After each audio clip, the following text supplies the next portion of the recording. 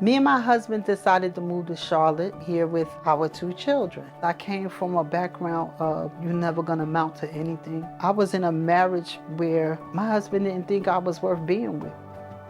My favorite thing about working in early childhood education is to see children's face light up when they learn something that they've been struggling with forever and they finally get it.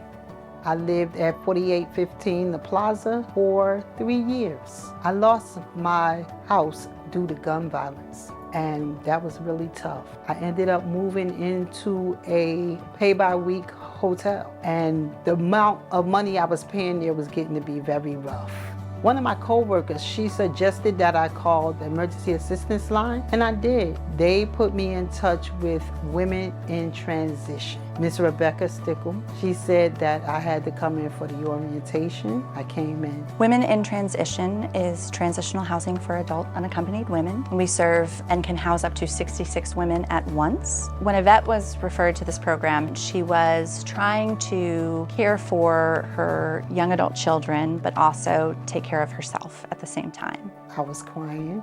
And then she told me I would have my move-in date. January the 5th, I moved into the YWCA. All women who are residing in the program are engaging one-on-one with one of our participant advocates, and they can remain here for up to a year and a half. So one thing that makes this program really special is that we can invest in building trusting relationships with each of the participants to really tackle some of those root causes that maybe are getting in the way of achieving goals. My first feelings was I didn't think I was going to make it there. I honestly didn't. I thought that it was going to be a hard program. Yvette immediately started working with her participant advocate and was able to budget and save money so she could pay off eviction and IRS debt that she had that was preventing her from getting into permanent housing. My participant advocate, she was with me 100%.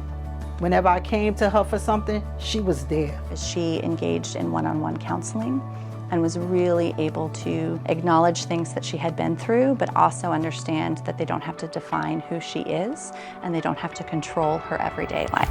I had somebody that believed in me as much as I learned how to start believing in myself.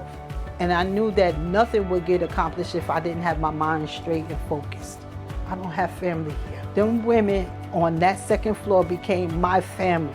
It felt like home. And since the women there became like family to me, I said, that's what I'll do. I'll cook on Sundays. And we would sit down like a family and eat. And that felt so good.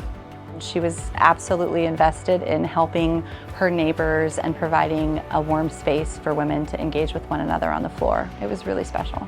Once I was able to financially support myself and start reaching goals and accomplishing things and looking and saying, you did that, my confidence went from basement to roof. Yvette knew that she wanted to move into her own place. That would be her place that she was able to live in, that people could visit her, her children, her mother, but that would be her place. And she set that goal, she paid off debt, and she was approved for an affordable housing apartment at a local community and was able to move in to that program from the YWCA. And I promise you, being at the YWCA is what helped. Paying $320 for a room instead of $700 and $800 and $900 for another place, or being at the hotel helped me to save money so I can pay off debts, clean my eviction off my record, and then move into this place. She's still living there now. I'm very excited about it. This is mine. God has graced me to pay the rent for this place every month for the past 6 months. YWCA is so special because of people. Everyone here who's working here, who's engaged in volunteering here is drawn to our mission. I don't let nobody tear me down no more. We are engaged in eliminating racism and empowering women.